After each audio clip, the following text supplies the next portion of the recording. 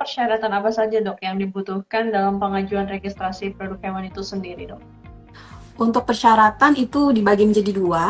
Yang pertama administrasi dan yang kedua itu teknis. Kalau administrasi ya seperti profil perusahaan, kemudian alur proses produksinya jika produknya ini diproduksi di dalam negeri, kemudian ada sertifikat pendukung seperti sertifikat sistem manajemen keamanan pangan kalau misalnya ada, atau misalnya sertifikat kompartemen kalau misalnya berasal dari unit usaha peternakan unggas gitu contohnya.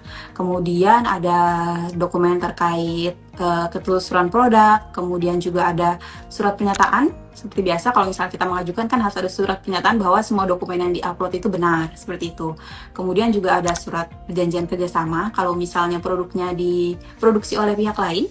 Dan kalau khusus untuk impor, dia harus melampirkan juga surat rekomendasi pemasukan impor, seperti itu. Dan kalau untuk yang persyaratan teknis, itu ada 4. Yang pertama tentunya harus berasal dari unit usaha yang memiliki NKV.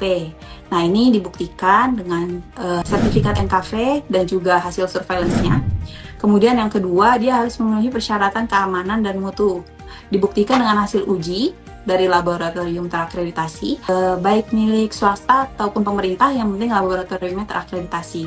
Seperti itu. Dan kalau untuk produk yang impor, itu laboratoriumnya berasal dari negara asal yang sudah terakreditasi. Dan juga untuk hasil uji lab ini berlaku 6 bulan saja. Jadi kalau misalnya hasil ujinya misalnya di tahun lalu sudah expired gitu, udah lebih dari 6 bulan, itu harus melakukan pengujian kembali.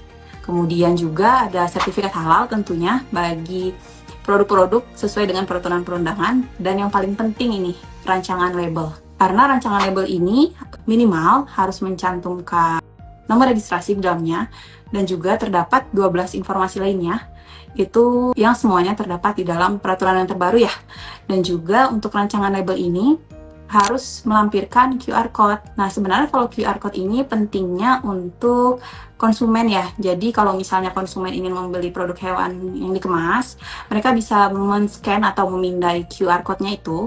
Dan di QR code itu berisi informasi detail terkait produk hewannya yang akan dia beli, bahkan sampai hasil ujinya juga akan tertera di dalam QR code tersebut.